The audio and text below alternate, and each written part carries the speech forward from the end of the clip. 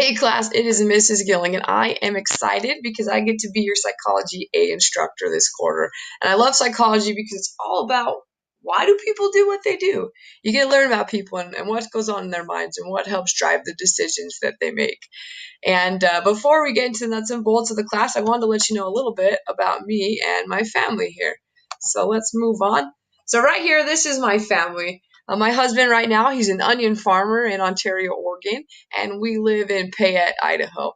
Right here's Ethan, and he grew up in Colorado, loves all things farming and animals and onions and all that jazz. This right here is my oldest daughter. Her name is Taylor. She'll turn 4 in November, and she wishes she was like 16, I think. That's how she acts. But she is a good girl, and she's super smart. She knows her ABCs and her numbers, and she's a little sad because she really, really wants to go to school, but she's still got 2 years until kindergarten. So, gonna have to tie her over, but I think she'll be all right. And this cute kid right here, she's Skylar. She turns 2 in October, and she loves to dance around the house. She loves Frozen, so every princess in the whole world she calls Elsa, and that works out for her pretty good. She eats and eats and eats and eats everything that is in our house, but she doesn't gain a pound at all. And for some reason, she has this new obsession with moles. So she goes up to me and goes, Mom, is that mole? Is that your mole? Is that your mole? So if you have any moles, she'll definitely point them out to you. And this right here, this is me, Mrs. Gilling, as you can see, lovely face right here. And I am your instructor. I went to BYU. I graduated from there about 4 years ago, and I got my teaching degree in social studies teaching. And my biggest, probably favorite thing that I like in life besides my family is BYU football. I'm super excited because it's starting up here pretty soon, and I love me some Cougars. But that's enough about me and my family. Let's get here and start talking about what you really came for, your course. So here's what your requirements are for this quarter. So your course assignments. First, you have checkpoints. If you have ever taken a course with iSucceed before, you know what these are. They're found at the end of each lesson, and they help you review what you just studied to make sure you understand. And you have 3 attempts for each checkpoint. Please don't stop at just one checkpoint. If you take the first attempt and you get an 80%, don't go, oh yeah, a B, that's awesome, I'm going to keep going. A B is good, but you want to get 100% so that you can show that you know the material. And they're worth 10% of your grade, so why not? Use the second attempt and turn that 80% into 100. Or if you only get a 90 the second time, use the third attempt and turn your 90 into a 100. It's just a good practice to don't just rush through. Take your time and do well on these checkpoints. You'll also have discussion prompts. So these are found at the end of each lesson, and it's always going to revolve around something that we talked about. If you look in your course announcements, I've included a discussion rubric that goes into detail over what I'm looking for in those. But make sure to do a good job, answer them, use complete sentences, write at least 3 sentences, and just make sure it applies to the actual topic at hand. And if you have any questions all about how those work, let me know. But you do have an unlimited number of attempts on them. So if, per se, you don't get the score you want, type another response after you get feedback from me, and I'll grade it again. You'll get more points. We also have exams. So they're worth 20%. At the end of every unit, there's an exam. And I have study guides prepared for you that you can find within the course and in the course announcements that you can use to prepare for these exams. And I encourage you to do so. It just helps you as you're going through to study and mark down what's important. I promise if you use those study guides to study, you'll do a lot better on the test than if you hadn't used them. I do only allow 1 attempt on the test. So I really encourage you to study and be prepared before you go back and take them.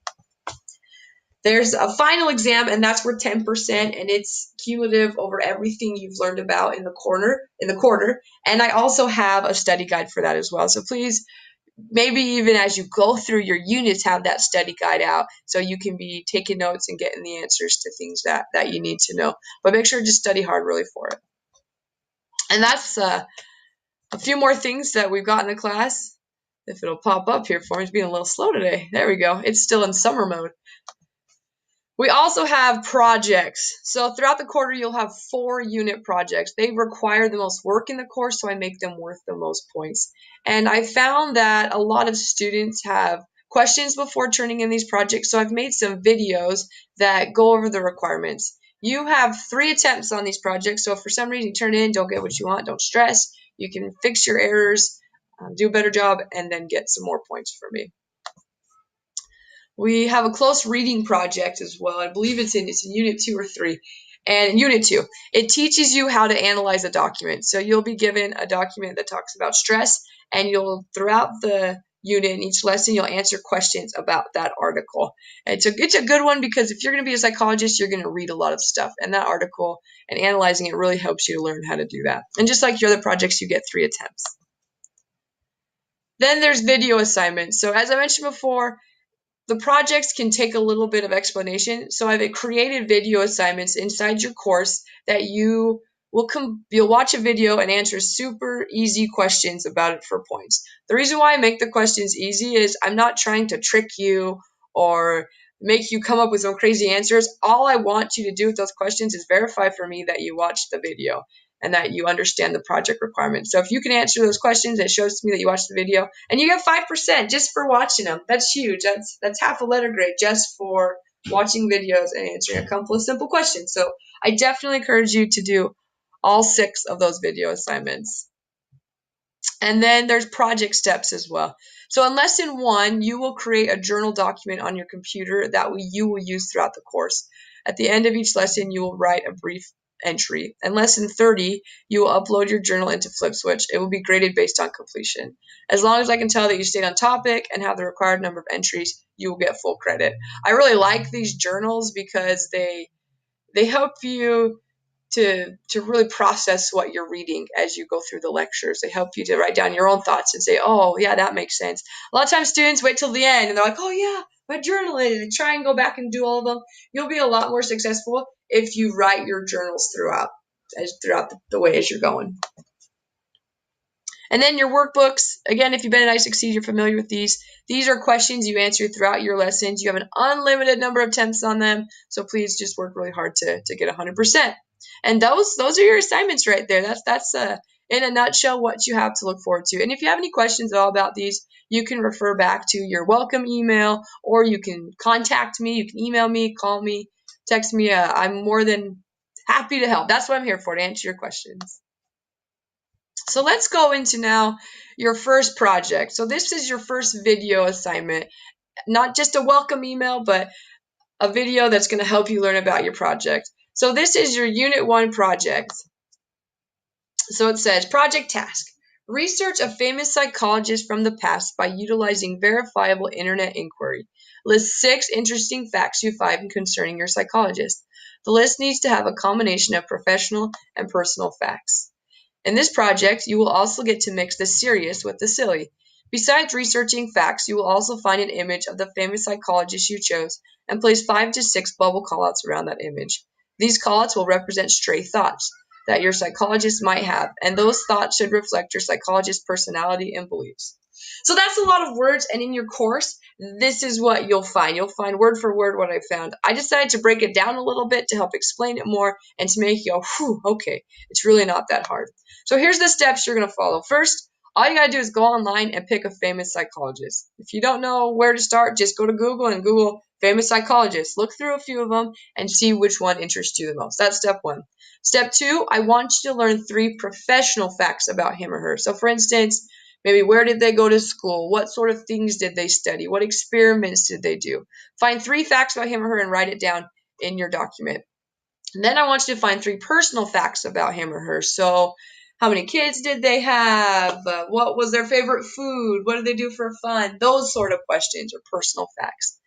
Then you need to find a picture of him or her, copy it from the internet and paste it into your document. And then the fun part, you're going to put 5 or 6 call outs around the picture. So a call out, if you ever seen like a cartoon and they have like a thought bubble above their head, that's a call out. So you're going to have your picture and then you're going to put 5 or 6 of these thought bubbles around your picture. So just to explain, the call-outs are the thoughts psychologists might be having. So I don't know if you've learned anything about Pavlov yet, but what he did was he learned about conditioning, and he learned that if you rang a bell, you could get dogs to salivate because they connected that with food. And you'd have to learn more about the experiment to truly understand all that had to do. But if you know about Pavlov and someone put a thought bubble above it that said, does that ring a bell? People would totally get what you were talking about. So the thought bubbles aren't facts about them, it's thoughts that he might be having. So think back on the professional facts you've come up with and the personal facts and think, based on these, what's something he might be thinking? Pick 5 things you think they'd be thinking and put the thought bubbles around the picture. And after that, you're done and you can submit it in your course or you can email it to me. So I believe in the course there's a document that you can fill this all out on. Sometimes students have a hard time with it because it's a PDF form and it can be hard to convert it and make it work. You don't have to use that. You can feel free to use a Google Doc if you want to. If you do use a Google Doc, you'll need to either email it to me because it won't upload in the course, or you can convert it to a PDF when you're done and upload it. But it's totally fine with me if you email things. Just make sure to let me know what they are and that you've turned them in. And feel free to use a Word document if you want to. I don't care what you use as long as you're getting the steps to complete it and you turn it in. It's not important to me that you use the actual worksheet that's in the course. If you, for some reason, don't know how to do the call outs, let me know and I can help you. It'll take 2 seconds to figure out and I can help you get there. So other than that, that's the start of the course. You have all the information you need to get started. Please, please, please let me know if you have any questions at all. I am here to help you. And on my fancy little phone right here, I have Google Hangouts or Google Meet, I guess is what they call it now. It's on my phone. So if you send me a quick message on there, I'll get it, and usually I answer right away. If I'm busy, I'll answer as soon as I can. But if you have a quick question, just send me a message and I'll get to you. Feel free to call, email, whatever it takes, though. That's what I'm here for, to help you. I'm excited. I love psychology. Super fun to learn what makes people tick, what encourages them to do what they do. And I'm excited to get to know each and every one of you. So I'll let you go now, let you get back to your work, but please make sure now that you've watched this to go and answer those quick questions underneath the video so that you can get credit for your video assignment. Thanks, guys, and have a great unit.